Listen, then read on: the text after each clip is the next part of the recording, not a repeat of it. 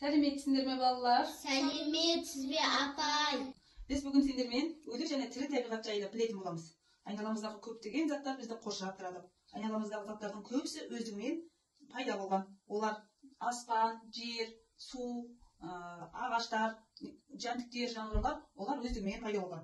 Олардың барлығын бір сөзбен айтқанда табиғат деп атаймыз. Табиғат, тірі табиғат және өлі табиғат деп екіге бөлеміз. Тірі табиғатқа нелер жатады балалар?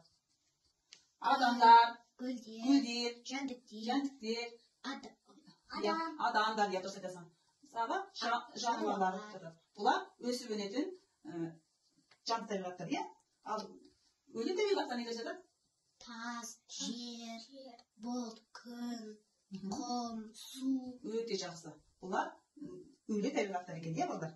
Жақсы. Бүгін судың тығыздығына байланысты зерттеу жұмысын жасаймыз. Оған 300 стақан су және 3 жұмыртқа және тұзға жетеді екен. Ал ендеше балалар, жұмыртқаны бірінші стақандағы суға салып көрейін.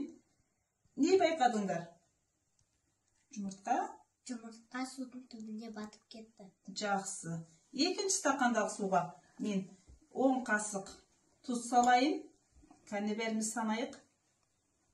1, 2, 3, 4, 5, 6, 7, 8, 9, 10. Енді жақсылап араластырайын.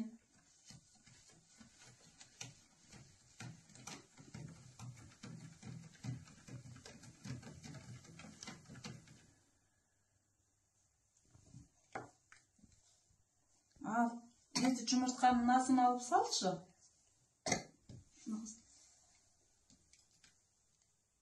Не болды жұмыртқа? Жұмыртқа батпай қалды. Жұмыртқа батпады, я? Келесі стақандағы суға 3 қасық тұз салайын. 1, 2, 3 қасық тұз салдым, я? Енді жақсылап араластырамын. Одан не байқайсыңдар? Қарап отырыңдар, айтамыз, я?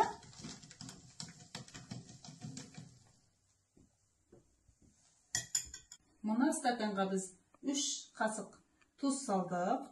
Оны аяулым салып көрші. Біздің жұмыртқамыз не істеді екен? Батар ма екен?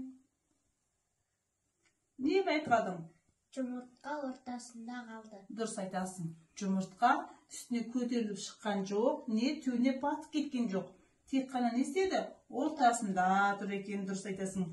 Ендеше балалар, біз бүгін судың 300 стақандағы судың несін байқадық? Тығыздығын байқадық, иә? Бірінші стақандағы судағы жұмыртқа не болды? Батып кетті. Оған тұз салдық па біз? Жоқ, салған жоқпыз. Екінші стақандағы суға біз неше қасық тұз салдық? 10 қасық тұз салдық. Ода жұмыртқа салып едік, не болды? Көтеріліп бетінде шығып тұр. Әрі су не істеп тұр? Суы бетімен бет болып толып тұр екен, иә? Толық бетті, яғни.